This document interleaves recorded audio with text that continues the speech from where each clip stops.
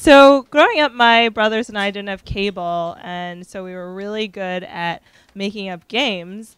And as most of you probably know, the best games are the ones that have no strategy whatsoever.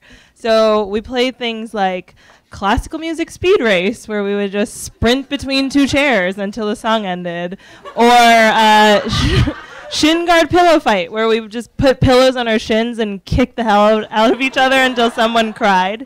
But our favorite game to play was something called Cannonball.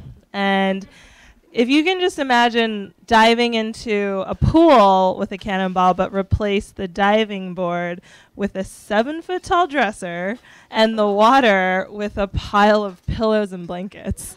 And we just played this all the time. I don't know where my parents were. Not paying attention, obviously. And so there's one day where we set up everything and we're getting ready to play Cannonball. Floor's clean, pillows are gathered, mom and dad are busy, and we start. And I have two younger brothers, so the first one, he's about 2 years old. He's like this little baby ninja, and he just climbs up the dresser and just like shoots off the dresser. He's like, pew, lands, perfect landing. So we applaud, great jump, job well done. And then my other brother goes, and he's maybe 5 or 6. And he gets up there and he's like, I'm going to do a cool kick move. So he jumps off the dresser and he like, does this awesome move, lands, and we're like, yeah, great jump, woo! Like, really happy. And then it's my turn.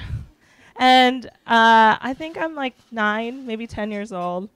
And I'm a little bit more timid than the two of them. And I'm like, oh man, if I jump, is it going to hurt? Like, I don't know. And I'm a little bit bigger and not just like, oh, I'm older, but like I'm kind of chubby. And so, and I just learned about gravity at school. So I get up on the dresser and I jump. I'm just like, okay, just do it, Kath. And then I jump off. And as soon as I jump, I realize that I made the biggest mistake in Cannonball, which is that I didn't call my landing spot and I forgot to reset the water. So like there was a huge patch of just ground, no pillows, no blankets, and I jump, I'm like, oh, and just boom. Like it's like the sound when you drop the mic, but instead it's like a chubby girl full of regret. Like just like a thud. And then it's followed by this crazy crashing sound, like the loudest crashing sound I've ever heard in my life, which I described to my friend as like an elephant that's twerking and also having a seizure in a china shop, like just shattering glass everywhere. And then my dad's voice, Cubby! And I was like, uh-oh, and my butt was like on fire. I couldn't feel it. And so we run down the stairs, all of us, and we're like peered, and we're looking down. And my mom's there too. And it's like that scene from Phantom of the Opera when the chandelier is just like falling out of the ceiling. It's like bum, ba, ba, ba, ba, ba. And so my fat ass had jumped directly where the chandelier had anchored into the ceiling.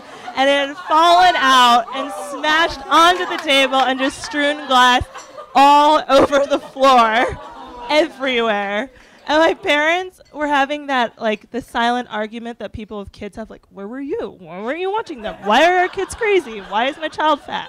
And I was like, oh, did I do that? Sorry. And so we spent the whole year cleaning up glass, and I would say probably up until we moved out of that house last May. And it was like 17 years later. And my dad never fixed it. He just kind of jerry-rigged it back into the ceiling, and we'd go by and be like, oh, like just always just scared of that thing. And so when we moved out last May, he sent us back to kind of do a final sweep of the house, and we go, everything's gone and packed away, and the only light on was that damn chandelier in the dining room. And as we go to turn off the switch the final time, we kind of look at each other and almost in unison we go, remember that time? Thank you.